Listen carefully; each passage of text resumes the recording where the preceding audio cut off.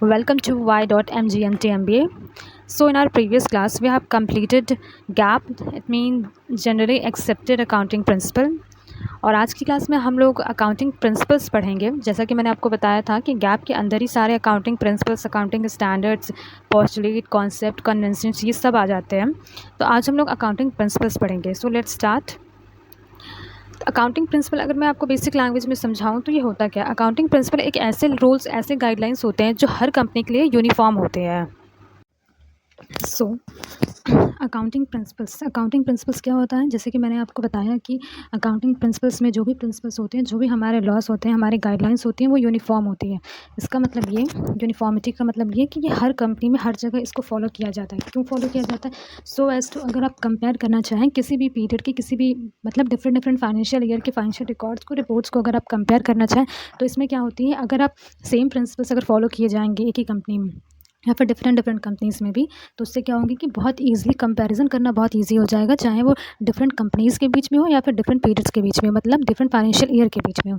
सो यहाँ पे अगर आप देखिए तो यहाँ पे लिखा है कि accounting principle are the standardised uniform guidelines and rules that company follow when recording and reporting their financial information की जब भी रिकॉर्डिंग होती है या फिर रिपोर्टिंग होती है, जब भी रिपोर्ट बनाया जाता है या फिर रिकॉर्ड किया जाता है, फाइनेंशियल स्टेटमेंट जब पूरे तैयार किए जाते हैं, सारे फाइनेंशियल जो भी बुक्स होते हैं हमारी में, P&L होती हैं, बैलेंस शीट होती है, जब उनको तैयार की जाती है तो ये इस प्रिंसिपल्स को फॉलो किया जाता है। जो भी इस प्रिंसिपल्स के अंदर लॉस होते हैं, रूल्स होते हैं, जो भी गाइडलाइंस होती हैं, उनको फॉलो किया जाता है।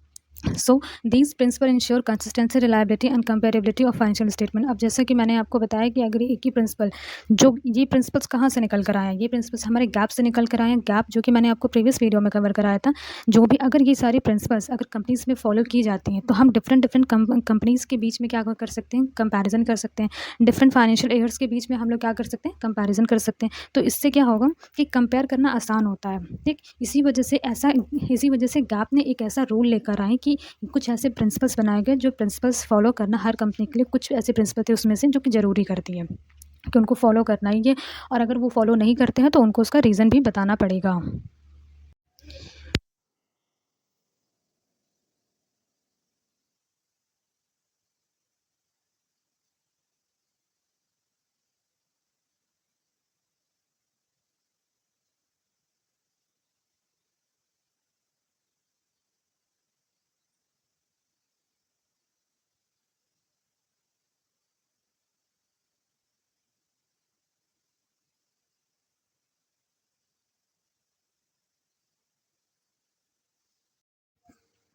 तो अकाउंटिंग में जो भी प्रिंसिपल्स होते हैं वो प्रिंसिपल इंश्योर करते हैं कि कंसिस्टेंसी मेंटेन रहे, रिलायबिलिटी मेंटेन रहे, इट मीन ट्रस्टेबल हो। जो भी प्रिंसिपल आप इन्वॉल्व करके जो भी आप रिकॉर्डिंग कर रहे हैं, जो भी आप रिपोर्टिंग कर रहे हैं फाइनेंशियल इन्फॉर्मेशन की, उसमें वो इन्फॉर्मेशन सारी ट्रस्टेबल होंगी। एज वेल एज अगर कंसिस्टेंसी मेंटेन रहेगी तो आप ईजी उसको पीरियड बाय पीरियड, मतलब एक फाइनेंशियल ईयर से दूसरे फाइनेंशियल ईयर में और एक कंपनी से दूसरी कंपनी को बहुत ईजिली आप कंपेयर कर सकते हैं। So accounting principle are tested regularly to ensure their reliability, consistency and relevance. अब मैंने ये चीज़ आपको बताया कि ये टेस्टेड होता है, अकाउंटिंग प्रिंसिपल टेस्टेड होता है, और ये सब इंश्योर करता है कि हाँ, जो भी आप इन्फॉर्मेशन रिकॉर्ड कर रहे हैं वो सब क्या है, रिलायबल है, रेलिवेंट इन्फॉर्मेशन है, एज वेल एज सब कंसिस्टेंसी आपने मेंटेन करके रखी है। Accounting principle are generally accepted at global level पे, इसको एक्सेप्ट किया जाता है। तो बेसिकली अगर मैं इसकी पूरी एक सिंपल सी एक समरी बनाकर समझाऊँ कि अकाउंटिंग प्रिंसिपल होता क्या है, तो देखिए, अकाउंटिंग प्रिंसिपल एक ऐसे रूल्स होते हैं, ऐसे लॉज होते हैं, ऐसे गाइडलाइंस होते हैं जो हर एक ऑर्गेनाइजेशन को, हर एक कंपनी में, हर एक ऑर्गेनाइजेशन में फॉलो करना होता है। सो यहाँ पे फॉलो करना क्यों इंपॉर्टेंट है? क्योंकि देखिए, अगर आप ऑर्गेनाइजेशन की अगर पीरियड टू पीरियड या फिर डिफरेंट कंपनीज टू कंपनी अगर कंपैरिजन अगर आप कर रहे हैं, तो कंपैरिजन करना तभी पॉसिबल होगा जब कुछ सिमिलरिटीज़ रहेंगी। इसीलिए गैप के ही अंदर से ये अकाउंटिंग प्रिंसिपल्स लाए गए। क्यों? क्योंकि अगर ये प्रिंसिपल अगर एक कॉमन चीज़ बना दिया जाएगा जिसके बेसिस पे हर कंपनी अपनी रिकॉर्डिंग करेगी, अपनी रिपोर्टिंग करेगी, तो उससे क्या होगा, कंपेयर करना बहुत आसान हो जाएगा। इसी वजह से अकाउंटिंग प्रिंसिपल्स को लाया गया। So moving forward, so next है हमारा फीचर्स ऑफ अकाउंटिंग प्रिंसिपल। अब इसमें क्या है, पहला फीचर है हमारा गैप बेस्ड रूल। हमारे जो भी अकाउंटिंग प्रिंसिपल है ये सारे गैप बेस्ड है। गैप बेस्ड का मतलब क्या होता है, जो मैंने आपको प्रीवियस वीडियो में जनरली एक्सेप्टेड अकाउंटिंग प्रिंसिपल्स जो मैंने आपको पढ़ाए थे, ये अकाउंटिंग प्रिंसिपल सारे जितने भी अकाउंटिंग प्रिंसिपल है सब उन्हीं गैप से निकल करके आए हैं। ठीक। GAAP establish certain rules and standard that are required to be followed when reporting financial data. अब गैप क्या होता है कि कुछ ऐसे रूल्स को एस्टैब्लिश करता है, कुछ ऐसे रूल्स को, कुछ ऐसे लॉज स्टैंडर्ड्स को एस्टैब्लिश करता है जो कि हर एक ऑर्गेनाइजेशन को अपनी रिपोर्टिंग करने के वक्त, अपनी रिकॉर्डिंग करने वक्त इस सारे फाइनेंशियल डेटा को एस्टैब्लिश करना होता है। ठीक है, इस सारे मतलब वो जो भी रूल्स है, जो भी स्टैंडर्ड है, इनको फॉलो करना होता है अपनी रिपोर्टिंग और अपनी रिकॉर्डिंग करने के वक्त। तो ये गैप बेस्ड रूल है। Second, comparison. अब कंपैरिजन मैंने आपको इसलिए बताया कि अगर आप हर एक मेथड में, जो भी आप मेथड फॉलो कर रहे हैं अपने ऑर्गेनाइजेशन में, उस मेथड में अगर आपने कंसिस्टेंसी मेंटेन करके रखी है, फॉर एग्जांपल अगर आप डेप्रिसिएशन का एसएलएम मेथड यूज़ कर रहे हैं फाइनेंशियल ईयर 2023 टू 2024 में, तो अगर आप 2024 फाइनेंशियल ईयर टू 2025 में भी अगर आप एसएलएम मेथड ही अगर आप यूज़ करेंगे, तो इससे क्या होगा कि अगर आप 23 टू 24 और 24 टू 25 को अगर आप कंपेयर करना चाहें, दोनों सालों को, दोनों फाइनेंशियल ईयर को, तो बहुत ईजिली आप कंपेयर कर सकते हैं। तो इसी वजह से क्या होता है कि अकाउंटिंग प्रिंसिपल इसी वजह से बनाया गया, ताकि एक ऐसा कॉमन बेस ला के रख दिया जाए कि हर कंपनी उसको फॉलो करेगी। तो इससे क्या होगा कि कंपनी, अगर एक कंपनी अपनी दूसरी कंपनी से, या फिर एक कंपनी अपने डिफरेंट डिफरेंट फाइनेंशियल ईयर को अगर कंपेयर करना चाहे, तो वो उनके लिए ईजी हो। नाउ द थर्ड क्या है, ऑब्जेक्टिविटी। अब ऑब्जेक्टिविटी क्या होता है, देखिए, जितने भी फाइनेंशियल इन्फॉर्मेशन रिकॉर्ड किए जाते हैं, जैसे कि सेल्स हुआ है, परचेज हुआ है, जो भी हुआ है, उसको रिकॉर्ड किया जाता है। तो हर एक अमाउंट जो भी आप रिकॉर्ड करें, जैसे आपने दिखाया कि मैंने इनको 50,000 की मिस्टर एक्स वाई जेड को ये चीज़ें बेची है, ठीक है? आपने ये दिखाया। लेकिन इसके लिए, इसको प्रूफ करने के लिए आपके पास कुछ सपोर्टेड डॉक्यूमेंट्स होने चाहिए, जैसे कि हमारी रिसीट होती है किसी चीज़ की, आप खरीदते हैं, आपको बिल मिलता है उन चीज़ का, मेमोज़ होती है। तो वो क्या होती है, प्रूफ होती है कि हाँ, ये ट्रांज़ैक्शन सच में हुआ है। तो ऑब्जेक्टिविटी का मतलब क्या हुआ? ऑब्जेक्टिविटी का मतलब ये होगा कि जो भी आप इन्फॉर्मेशन वहाँ पे रिकॉर्ड कर रहे हैं, वो किसी न किसी डॉक्यूमेंट से सपोर्टेड होना चाहिए, ताकि एज़ अ प्रूफ आप उसको दिखा सकें अपने ऑडिटर को कि हाँ, ये चीज़ें सच में हुई हैं। ऑल्सो यहाँ पे अगर आप कोई भी चीज़ अगर प्रूफ के तौर पे आपने दिखा दी, तो वहाँ पे कोई बायसनेस भी नहीं रहेगा उसको रिकॉर्डिंग करने के लिए। क्यों? क्योंकि अगर हाँ, सेल्स इतने की हुई है, 50,000 की सेल्स हुई है, तो उसमें कोई भी ये नहीं है कि हाँ, इसको रिकॉर्ड करें क्या नहीं करें, या फिर कोई भी ऐसा डाउट नहीं रहेगा। मतलब ये सेल्स उसको तो रिकॉर्ड करनी ही करनी पड़ेगी। क्यों? क्योंकि उसके पास आपके आपके पास सपोर्टेड डॉक्यूमेंट है उसके प्रूफ करने के लिए कि हाँ, ये चीज़ हुआ है। ठीक। फोर्थ में अगर आप देखें, तो फोर्थ क्या है, फिजिबिलिटी। फिजिबिलिटी का मतलब क्या है, जो भी अकाउंटिंग कॉन्सेप्ट्स होते हैं, अकाउंटिंग प्रिंसिपल जो भी इसमें है, अकाउंटिंग कॉन्सेप्ट अकाउंटिंग प्रिंसिपल के ही अंदर आते हैं। जो भी इसके अंदर होते हैं, इन बहुत फिजिबल होते हैं, इनको अप्लाई करना, इनके मेथड्स को अप्लाई करना बहुत आसान होता है, सिंपल होता है, एज वेल एज इनकी इंटरप्रिटेशन भी करना बहुत सिंपल होता है। ठीक है, तो यहाँ पे मैंने अकाउंटिंग प्रिंसिपल के बारे में बेसिकली आपको ये चीज़ बताया कि अकाउंटिंग प्रिंसिपल एक ऐसे लॉज होते हैं, ऐसे रूल्स गाइडेंस होते हैं, जो कि एक ऑर्गेनाइजेशन को फॉलो करनी होती है। और गैप ने जनरली एक्सेप्टेड प्रिंसिपल्स के अंदर से ये अकाउंटिंग प्रिंसिपल्स निकाले गए। ये एक नॉर्मल एक बेस निकाला गया, ताकि हर ऑर्गेनाइजेशन इसको फॉलो करे। क्यों? ताकि वो लोग रेलेवेंट इन्फॉर्मेशन रिकॉर्ड करें, रिलायबिलिटी मेंटेन हो, और ईज़िली कंपैरिजन ईज़िली कर सकें वो लोग। ठीक है? और यहाँ पे इसके मैंने कुछ फीचर्स बता दिए। सो मूविंग फॉरवर्ड, यहाँ पे मैंने बताया, देखिए अकाउंटिंग प्रिंसिपल के अंदर, इस चार्ट में देखिए, तो अकाउंटिंग प्रिंसिपल के अंदर accounting concept as well as से अकाउंटिंग कन्वेंशन आते हैं। अब अकाउंटिंग कॉन्सेप्ट को हम लोग अकाउंटिंग एजम्पशंस भी बोलते हैं। ठीक, अकाउंटिंग कॉन्सेप्ट एंड एजम्पशंस और अकाउंटिंग कन्वेंशंस आते हैं। अब अकाउंटिंग कॉन्सेप्ट एंड अजम्पशंस के अंदर आप देखिए, तो 2 आते हैं, 2 बाइफरकेशन यहाँ पर है। फंडामेंटल अकाउंटिंग अजम्पशन और कॉन्सेप्ट, और दूसरा क्या है, अदर अकाउंटिंग कॉन्सेप्ट और अजम्पशन। इसके अंदर जितने भी ग्रीन से मैंने लिखा है, जैसे फंडामेंटल के अंदर क्या है, कंसिस्टेंसी प्रिंसिपल है, गोइंग कंसर्न है, अक्रूवल कॉन्सेप्ट है। ये 3 ऐसे हैं जो किसी भी ऑर्गेनाइजेशन को फॉलो करना ही पड़ेगा। ठीक। अदर अकाउंटिंग कॉन्सेप्ट है, ये उनके ऊपर डिपेंड करता है फॉलो करें कि ना करें। अकाउंटिंग कन्वेंशन, अब दूसरा पार्ट आप क्या देख रहे हैं, अकाउंटिंग कन्वेंशन से। अब इस कन्वेंशंस के भी अंदर 3 है, conservatism, full disclosure, materiality concept. ये मैं आपको पूरा अच्छे से एक्सप्लेन करूँगी आगे। ये चार्ट आप चाहें तो अपने एग्जाम में इसको बना सकते हैं। इस चार्ट से आपका जो एक इंप्रेशन है एग्जामिनर के ऊपर बहुत अच्छा पड़ेगा, और इसके चार्ट से आपको अच्छे मार्क्स मिल सकते हैं। So let's moving forward, fundamental accounting assumptions और कॉन्सेप्ट्स। फंडामेंटल अकाउंटिंग assumption और concept are assumption which are presumed to be followed in the preparing the annual account। अब देखिए, बेसिकली मैं इनको आपको ये चीज़ समझा देती हूँ कि फंडामेंटल अकाउंटिंग, ये जो फंडामेंटल वाली जो चीज़ है, ये क्या है कि ये एक ऑर्गेनाइजेशन में पहले से ही प्रिज्यूम कर लिया जाता है कि ये तो किसी भी ऑर्गेनाइजेशन को फॉलो करना ही पड़ेगा, बिना इसको फॉलो करे नहीं बात बनेगी।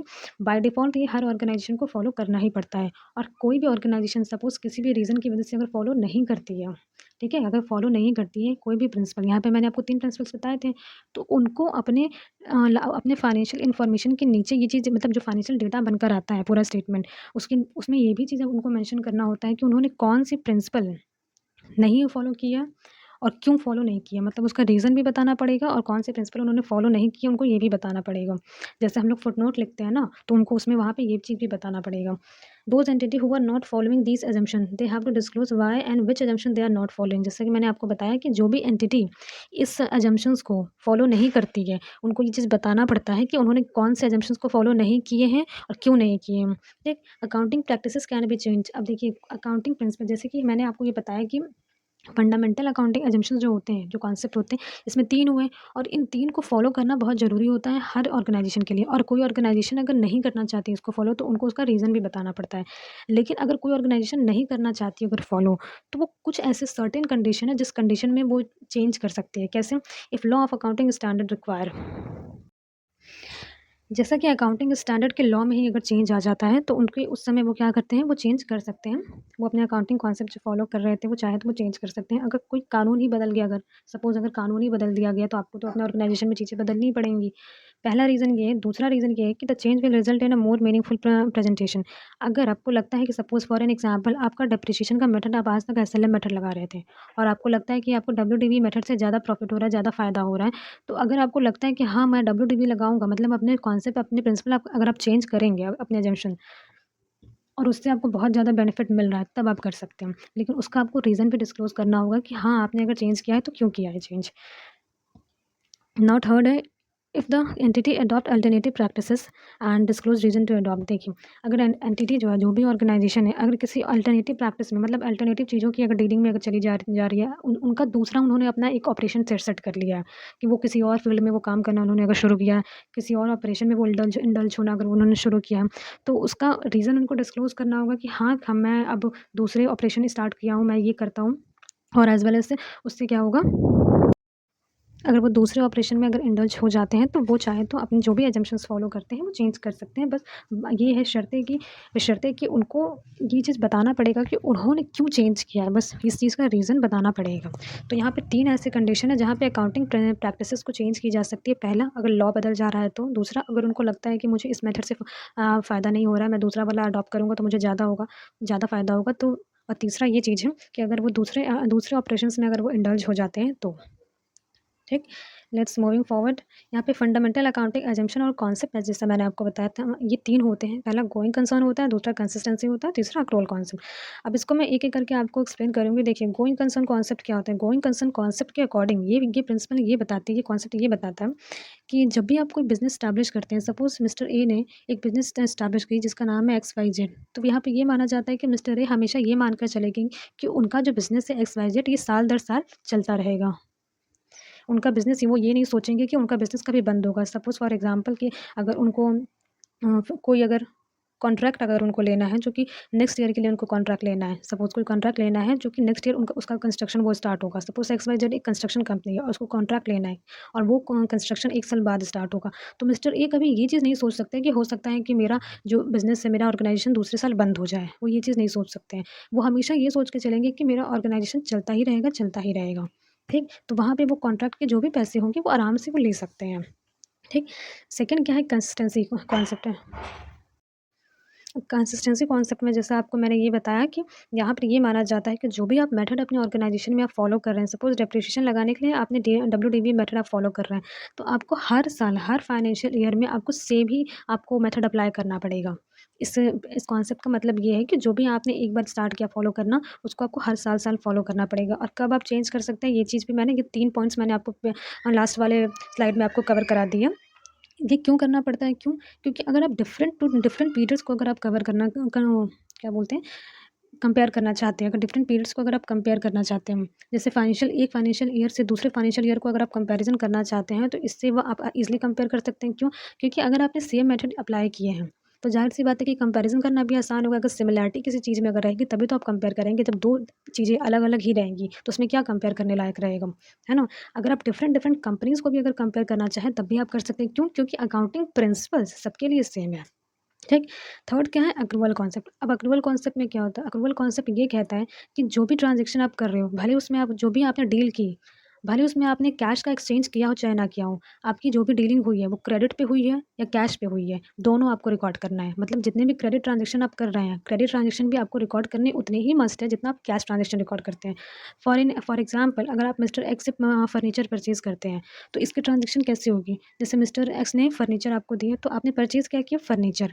मैं आपको गोल्डन रूल्स में सारे रूल्स भी बता दूँगी। देखिए, आपने परचेज़ की फर्नीचर, तो फर्नीचर अकाउंट जो होगा वो आपका डेबिट हो जाएगा और आपका मिस्टर एक्स का जो अकाउंट होगा वो क्रेडिट हो जाएगा। क्यों? क्योंकि इसका मतलब ये हुआ कि फर्नीचर आपके पास आया तो आपने इसको डेबिट किया। अब मिस्टर एक्स एक आपके क्रेडिटर है जिनको आपको पेमेंट करना है, इसीलिए मिस्टर एक्स का नाम हमने उसमें डाला कि furniture account debited to mister X account. इसका मतलब ये है कि जितने भी ट्रांज़ैक्शन हमारे क्रेडिट पे होते हैं वो सारे ट्रांज़ैक्शंस रिकॉर्ड किए जाते हैं फन अकाउंट्स में।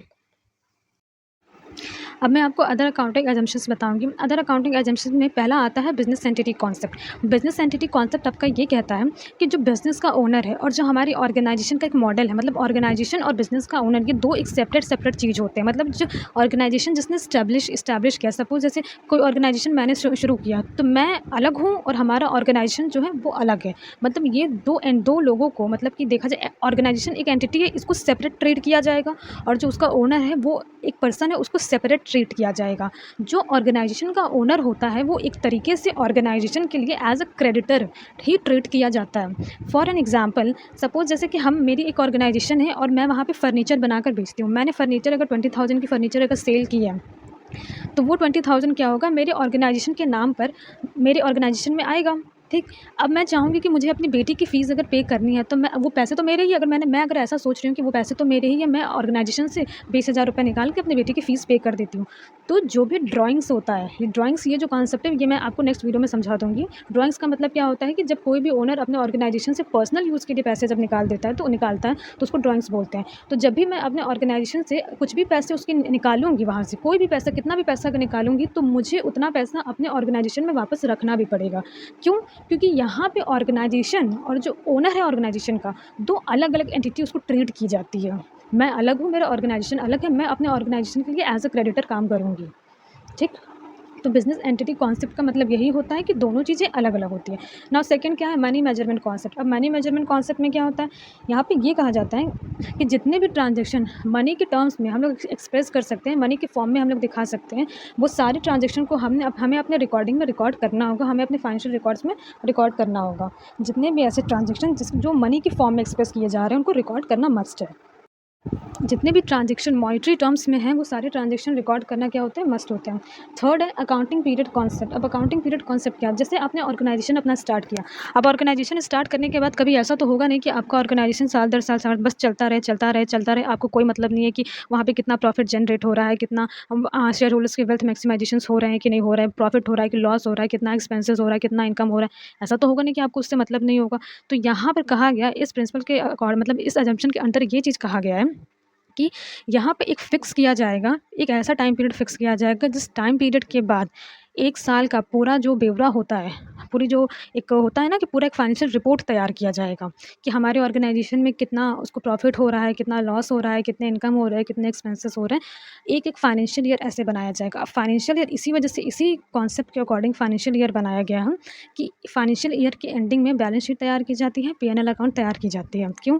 क्योंकि उस 1 साल के अंदर हमारे बिज़नेस ने कितना ग्रो किया है, क्या बिज़नेस की रेपुटेशन रही है, ये सब चीज़ें जानने के लिए। तो फाइनेंशियल ईयर क्या होता है, 1 अप्रैल से 31 मार्च तक होता है और 31 मार्च को ही बैलेंस शीट तैयार की जाती है। ठीक है? तो इसीलिए अकाउंटिंग पीरियड कॉन्सेप्ट ये कहता है कि आपकी ऑर्गेनाइज़ेशन का जो भी एक पोजीशन है, उस पोजीशन को जानने के लिए फाइनेंशियल ईयर को लाया गया, ताकि फाइनेंशियल ईयर के एंड तक आप ये जान सकें कि आपके ऑर्गेनाइज़ेशन में प्रॉफिट हो रहा है कि लॉस। ठीक? उसकी पोजीशन क्या है। नाउ फोर्थ है कॉस्ट कॉन्सेप्ट। कॉस्ट कॉन्सेप्ट क्या होता है, कॉस्ट कॉन्सेप्ट ये कहता है कि कोई भी चीज़ आप खरीद रहे हैं, जैसे मान लो कि मैंने आप बताया कि मेरा ऑर्गेनाइज़ेशन फर्नीचर का है। अब फर्नीचर बनाने के लिए मैं वुड्स का खरीद रही हूँ, तो ये कॉन्सेप्ट ये कहता है कि वुड्स जितने का मैं खरीद रही हूँ, जो उसकी कॉस्ट प्राइस है, वही कॉस्ट प्राइस अपने रिकॉर्डिंग्स में, अपने फाइनेंशियल रिकॉर्ड में करूँगी। मैं उसकी मार्केट प्राइस रिकॉर्ड नहीं करूँगी। मार्केट प्राइस भी सर्टेन कंडीशंस में रिकॉर्ड होते हैं, जो मैं आपको बाद में बताऊँगी। आगे के जो भी लेक्चर्स होंगे उसमें बताऊँगी। लेकिन इस कॉन्सेप्ट के अकॉर्डिंग ये कहा जाता है कि जो भी कॉस्ट प्राइस होती है उस चीज़ की, उस प्रोडक्ट की, वही कॉस्ट जो होता है रिकॉर्डिंग होती है कहाँ पे? हमारे रिकॉर्ड्स में वही कॉन्सेप्ट रिकॉर्डिंग, वही कॉस्ट क्या होता है, रिकॉर्ड होता है। फिफ्थ क्या है, dual aspect concept. Dual aspect concept क्या होता है, जैसा कि आपने पढ़ा होगा कि हर एक ट्रांज़ैक्शन, जो भी ट्रांज़ैक्शन होता है, उसका इम्पैक्ट 2 जगह पड़ता है। ठीक है? Every transaction has dual impact. कैसे? कोई भी चीज़ सपोज़ आप परचेज़ कर रहे हो, तो आप जिससे परचेज़ कर रहे हो उस पे पड़ा। पहला चीज़ जिससे परचेज़ कर रहे हो, दूसरा आप जो चीज़ परचेज़ कर रहे हो, तो यहाँ पे क्या हुआ, कुछ चीज़ डेबिट हुई तो कुछ क्रेडिट हुई। मतलब जैसे आपने फर्नीचर परचेज़ किया, तो फर्नीचर डेबिट होगा, कैश में परचेज़ किया तो कैश क्रेडिट होगा। तो ड्यूअल इफ़ेक्ट कॉन्सेप्ट ये कहता है कि हर ट्रांज़ैक्शन का 2 जगह इफ़ेक्ट पड़ता है।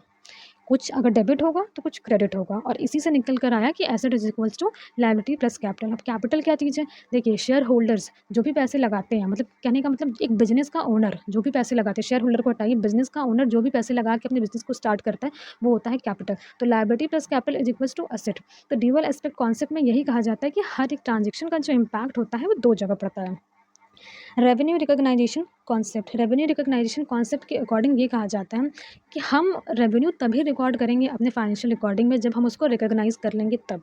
मतलब कि हमें जो भी रेवेन्यू हो, अब जैसे कि मैंने आपको बताया था ना कि हम कभी ये चीज़ नहीं सोच सकते कि हमें आज से हमें नेक्स्ट महीने 4,000 का फ़ायदा होने वाला है, या फिर 4,000 हमारी पेमेंट आने वाली है कहीं से, mister mister X Y Z से हमारी 4,000 की पेमेंट बची थी जो आने वाली है, तो हम उसको आज ही रिकॉर्ड कर लें। नहीं, जो रेवेन्यू आपने रिकॉग्नाइज कर लिया, जो आपको मिल गई है इस समय तक, सिर्फ आप वही रिकॉर्ड करेंगे।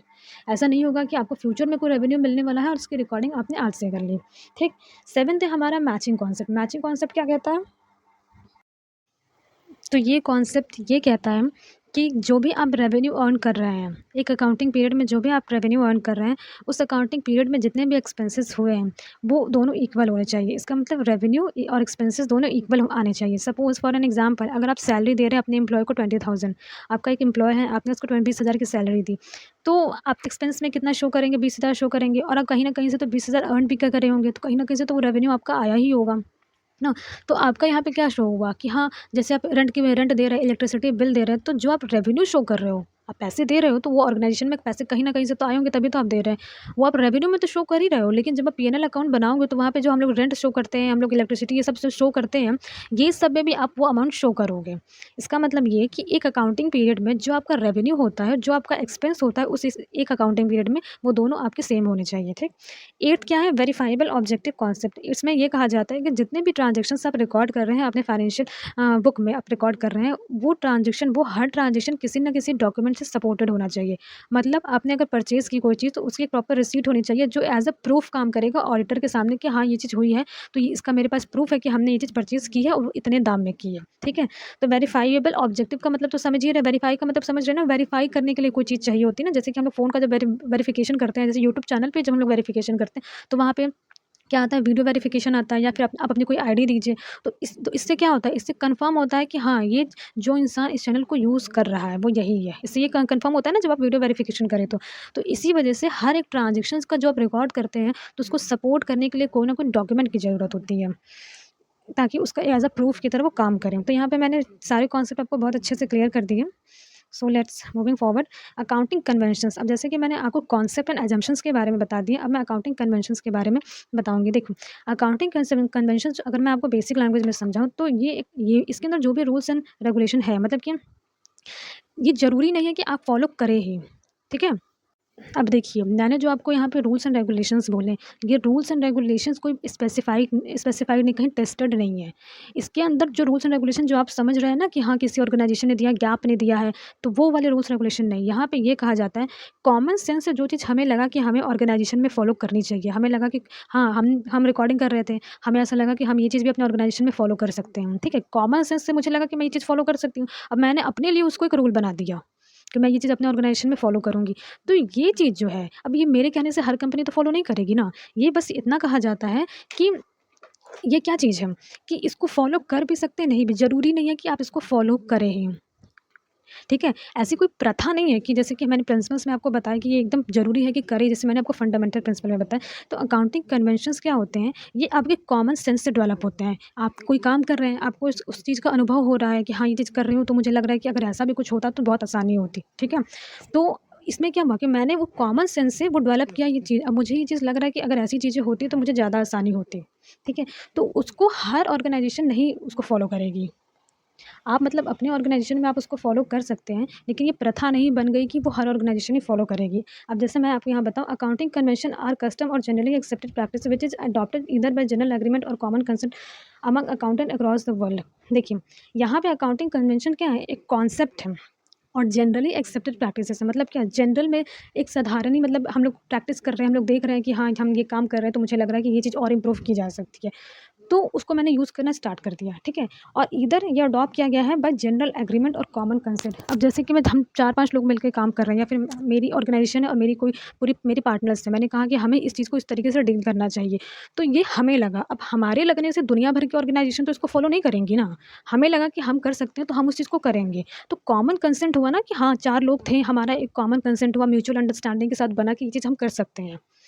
तो ये कन्वेंशंस जो होते हैं, ये कोई प्रथा नहीं होती है, कोई मतलब कि प्रिंसिपल्स ऐसा नहीं होता है कि आपको फॉलो करना ही करना है, नहीं। अगर आपको कॉमन सेंस से लगता है कि हाँ, आप ये फॉलो करके अपनी चीज़ों को और इम्प्रूव कर सकते हैं तो करिए, वरना मत करिए, सिंपल। फर्दर मैं आपको ये बताऊँगी कि अकाउंटिंग कॉन्सेप्ट और अकाउंटिंग कन्वेंशंस में क्या डिफरेंस होता है। सो अकाउंटिंग कॉन्सेप्ट अगर आप देखें तो ये लीगली एक्सेप्टेड है, ठीक है, लीगली एक्सेप्टेड है। अकाउंटिंग कन्वेंशंस आप देखें तो ये जनरल एग्रीमेंट है। जैसे मैंने आपको बताया कि अकाउंटिंग अजम्पशंस में जो अजम्पशंस आ रहे हैं, वो चीज़ ज़रूरी है फॉलो करना। जैसे कि मैंने आपको फंडामेंटल में बताया था, वो ज़रूरी है, और अदर अकाउंटिंग अजम्पशंस जो है वो आप फॉलो कर सकते हैं। वो करने से आपकी चीज़ें ही और आसान बनेगी, ठीक है। तो वो क्या है कि लीगली एक्सेप्टेड है, मतलब अदर अकाउंटिंग अजम्पशंस में जो अजम्पशंस मैंने आपको दिखाए हैं वो भी लीगली एक्सेप्टेड है, वो भी लीगल है, ठीक है। लेकिन फंडामेंटल वाले को प्रैक्टिस करना, उसको फॉलो करना बहुत ज़्यादा इंपॉर्टेंट है। वैसे अकाउंटिंग कन्वेंशंस में मैंने आपको बताया कि एक जनरल एग्रीमेंट होता है, आपसी सहमति से, मतलब म्यूचुअल अंडरस्टैंडिंग से हमने ये चीज़ डिसाइड कर लिया कि हमें ये चीज़ करना है। नाउ सेकंड है बेसिक अकाउंटिंग कॉन्सेप्ट है, basic concept on which entry are recorded. ये बेसिक कॉन्सेप्ट होते हैं जिनके बेसिस पे एंट्रीज रिकॉर्ड की जाती हैं। जैसा कि मैंने आपको पहले बताया, अकाउंटिंग कॉन्सेप्ट क्या होता है, followed in preparing profit and loss and convention, sorry, accounting conventions में क्या होता है, followed in preparing profit and loss balance sheet. इसको फॉलो किया जाता है कब, जब आप प्रॉफिट एंड लॉस बनाते हो, एज वेल एज जब आप बैलेंस शीट बनाते हो। Now accounting concept, no role of personal judgement. यहाँ पे पर्सनल जजमेंट का कोई रोल नहीं है। जैसे मैंने आपको बताया ना कि यहाँ किसी भी तरीके का जजमेंट बायसनेस कुछ नहीं होता है। अकाउंटिंग कॉन्सेप्ट अगर आप फॉलो कर रहे हो तो कॉन्सेप्ट के अकॉर्डिंग जो चीज़ आपको कहा जाएगा कि आपको रिकॉर्ड करनी है तो वो रिकॉर्ड करनी ही है, ठीक है। जैसा उस कॉन्सेप्ट के अंदर लिखा है वो चीज़ आपको करनी है, उसमें आप कोई भी किसी भी तरीके का हेर-फेर नहीं कर सकते, चेंजेस नहीं कर सकते। एज़ वेल एज़ अगर पर्सनल जजमेंट यहाँ पे अकाउंटिंग कन्वेंशंस में देखें तो personal judgement play a very important role. यहाँ पे पर्सनल जजमेंट बहुत इंपॉर्टेंट रोल प्ले करता है। कैसे इंपॉर्टेंट रोल प्ले करता है? ये चीज़ हमारी सहमति से बना है, म्यूचुअल अंडरस्टैंडिंग के साथ बना है, तो अगर हम चाहें तो इसको फॉलो करें, चाहे तो ना करें, चाहे तो इसमें किसी भी तरीके के चेंजेस करके इसको कर सकते हैं। तो यहाँ पे पर्सनल जजमेंट का इम्पैक्ट आता है, और अकाउंटिंग कॉन्सेप्ट पे पर्सनल जजमेंट जैसा कुछ नहीं होता है, ठीक। फॉर एग्जाम्पल यहाँ पे मैंने आपको एग्जाम्पल भी दिया है कि if cost of mobile is 40,000 we record same. अगर हमने मोबाइल खरीदी और वो 40,000 का है तो उसकी कॉस्ट हम लोग 40,000 ही रिकॉर्ड करेंगे, चाहे उसकी मार्केट प्राइस 50 क्यों ना हो जाए, हम लोग 40,000 ही रिकॉर्ड करेंगे, ठीक। नेक्स्ट है अकाउंटिंग कॉन्सेप्ट में यूनिफॉर्मिटी अक्रॉस डिफरेंट एंटरप्राइज। अभी डिफरेंट डिफरेंट एंटरप्राइज में भी क्या होता है, यूनिफॉर्म होता है, हर जगह फॉलो किया जाता है। उसी तरह अकाउंटिंग कन्वेंशंस में हम लोग देखें तो यहाँ पे कोई यूनिफॉर्मिटी नहीं होती है। जैसा कि मैंने आपको बताया कि अकाउंटिंग कन्वेंशंस में जो भी हम लोग लॉस और रेगुलेशन जो मैं बोल रही हूँ जो होते हैं, ये हमारे आपसी सहमति से बनाए हुए होते हैं। मेरा एक ऑर्गेनाइजेशन में इसमें ढेर सारे लोग काम करते हैं, हम सब ने मिलकर के बनाए कि हम लोग अगर ऐसे कोई कानून अगर अपने ऑर्गेनाइजेशन में फॉलो करें, हाँ, वो लॉ हमारे ऑर्गेनाइजेशन का है या देश का लॉ नहीं है, जिसको हम लोग रेगुलेशंस कह सकते हैं। तो यहाँ पे ये ज़रूरी नहीं है कि अगर हम जो चीज़ फ़ॉलो कर रहे हैं वो दूसरे ऑर्गेनाइजेशंस भी करें, क्योंकि वो हमने अपनी पर्सनल म्यूचुअल अंडरस्टैंडिंग के साथ बना दी है, ठीक। तो मैंने आपको यहाँ पे पूरा ये कवर करा दिया। देखिए नेक्स्ट, अच्छा नेक्स्ट और है, तो मैं आपको ये अकाउंटिंग कन्वेंशंस में देखिए 3 आते हैं, कंजर्वेटिज्म और प्रूडेंस कॉन्सेप्ट, सेकंड आता है फुल डिस्क्लोजर, और थर्ड आता है मटेरियलिटी कॉन्सेप्ट। तो पहला क्या है, प्रूडेंस कॉन्सेप्ट, और इसको हम लोग कंजर्वेटिज्म प्रिंसिपल भी बोलते हैं। तो ये क्या होता है, इसमें ये कहा जाता है कि जो भी हमारे एंटिसिपेटेड लॉज होते हैं, मतलब कि अगर आपको लगता है कि आपको इन फ्यूचर 40,000 का लॉस होने वाला है, तो आप उस चीज़ को प्रेजेंट टाइम में रिकॉर्ड कर सकते हैं। बट आपको लगता है कि आपको 40,000 का प्रॉफिट होने वाला है इन फ्यूचर, तो आप उस चीज़ को रिकॉर्ड नहीं कर सकते हैं, ठीक। ये प्रिंसिपल, ये कॉन्सेप्ट ये कहता है। उसी तरीके से फुल डिस्क्लोजर कॉन्सेप्ट में अगर मैं बताऊँ तो वो ये कहता है कि जितनी भी रेलेवेंट इन्फॉर्मेशन है उसको फुल्ली डिस्क्लोज करना होगा आपको अपने फाइनेंशियल रिकॉर्ड में। मतलब कि जितनी भी रेलेवेंट इन्फॉर्मेशन है, जैसे सपोज़ मैं आपको ये चीज़ बताऊँ कि आपने रॉ मटेरियल खरीदे, सपोज़ मैं आपको और एक सिंपल सा एग्जांपल आपको देती हूँ। जैसे कि रॉ मटेरियल खरीदे, तो जैसे पेन बनाने के लिए मैंने रॉ मटेरियल खरीदे, तो मैंने प्लास्टिक खरीदा, मैंने इंक खरीदा। अब प्लास्टिक मैंने मान लीजिए कि अगर 200 रुपीज़ का खरीदा और इंक मैंने 300 रुपीज़ का खरीदा। यहाँ मैं एग्जांपल ले रही हूँ, बट एक ऑर्गेनाइजेशन को चलाने के लिए सिर्फ इतनी प्लास्टिक और इतनी इंक की ज़रूरत तो पड़ेगी नहीं। तो यहाँ पे फुल डिस्क्लोजर का मतलब क्या हुआ, प्लास्टिक प्लस इंक कितना हुआ, 500 हुआ, 500 हुआ। अब इसको हम लोग टोटल रिकॉर्ड कर देंगे 500 फॉर पेन। पेन बनाने के लिए कितना रिकॉर्ड हुआ, कितना यूज़ हुआ, 500 हमारा यूज़ हुआ, ठीक है। यहाँ पे हम लोग ऐसे रिकॉर्ड नहीं करेंगे कि हमारा प्लास्टिक आया, हमारा 200 का, इंक आया 300 का, ऐसे रिकॉर्ड नहीं करेंगे। हम लोग फुली डिस्क्लोज करेंगे 500 का हमारा ये खर्चा था रॉ मटेरियल का, ठीक। मटेरियलिटी कॉन्सेप्ट क्या होता है? मटेरियलिटी कॉन्सेप्ट में ये कहा जाता है कि जितने भी मटेरियल नेचर की इन्फॉर्मेशन होता है, जो आपको लग रहा है कि हाँ, ये इन्फॉर्मेशन बहुत ज़रूरी है, इनसे डिसीजंस चेंज हो सकते हैं इन्वेस्टर्स के या फिर एम्प्लॉयज़ हैं, जो भी यूजर्स होते हैं हमारे अकाउंटिंग के, उनके डिसीजन अगर उस चीज़ पर डिपेंड कर रही है उस इन्फॉर्मेशन पे, तो वो इन्फॉर्मेशन ज़ाहिर-सी बात है कि वो मटेरियल नेचर का माना जाएगा और उसको आपको रिकॉर्ड करना ही करना पड़ेगा। ठीक, तो ये 3 अकाउंटिंग कन्वेंशंस होते हैं। अगर हम लोग आगे देखें तो because of materiality concept various fact of item which are not recorded in the accounting statement are shown by the way of footnote to balance sheet and income statement. अब जैसे कि मैंने मटेरियलिटी कॉन्सेप्ट के बारे में आपको बताया, तो इसमें क्या चीज़ मैंने बताया कि जो भी रेलेवेंट इन्फॉर्मेशन आपको लगता है कि हाँ, ये चीज़ ज़रूरी है सबका जानना, आपको उसको रिकॉर्ड करना पड़ेगा। तो अगर वो इन्फॉर्मेशन मेज़रेबल है इन टर्म्स ऑफ मनी तभी आप उसको रिकॉर्ड कर सकते हैं, बट अगर वो मेज़रेबल नहीं है इन टर्म्स ऑफ मनी तो आप उसको रिकॉर्ड नहीं कर सकते। फॉर एन एग्ज़ाम्पल, जैसे कि आप दिखा रहे हैं क्या कि आपने सेल की 20,000 की, तो ये 20,000 का जो सेल्स एंड परचेज़ है ये तो दिखाना आपका मस्ट है, इसको आपको दिखाना ही पड़ेगा। फॉर एन एग्जांपल, अगर किसी एम्प्लॉय की बहुत अच्छी लॉयल्टी की वजह से कुछ अच्छा प्रॉफिट मिला है, तो उसने अच्छा काम किया, बट इसको आप रिकॉर्ड नहीं कर सकते अपने फाइनेंशियल रिपोर्ट में। तो इसी वजह से क्या होता है कि हम लोग बैलेंस शीट और पी&एल अकाउंट के नीचे एक फुटनोट लिखते हैं। फुटनोट क्या होता है? इसमें हम लोग न्यूमेरिकल चीज़ें नहीं, जैसे हम लोग बता दिए कि हाँ, मिस्टर एक्स ने अपनी लॉयल्टी बहुत अच्छे तरीके से दिखाई है, ये चीज़ हम लोग लिख सकते हैं। वैसे ही मैंने कहा था ना आपसे कि कॉस्ट कॉन्सेप्ट के बेसिस पे क्या होता है कि हमारी रिकॉर्डिंग होती है, जो भी कॉस्ट प्राइस होता है वो हम लोग रिकॉर्ड करते हैं, मार्केट वैल्यू हम लोग रिकॉर्ड नहीं करते हैं। तो हम लोग अपनी इन्वेस्टमेंट का या फिर किसी भी चीज़ का जो मार्केट वैल्यू है वो चीज़ हम लोग दिखा सकते हैं एज़ फुटनोट। ठीक?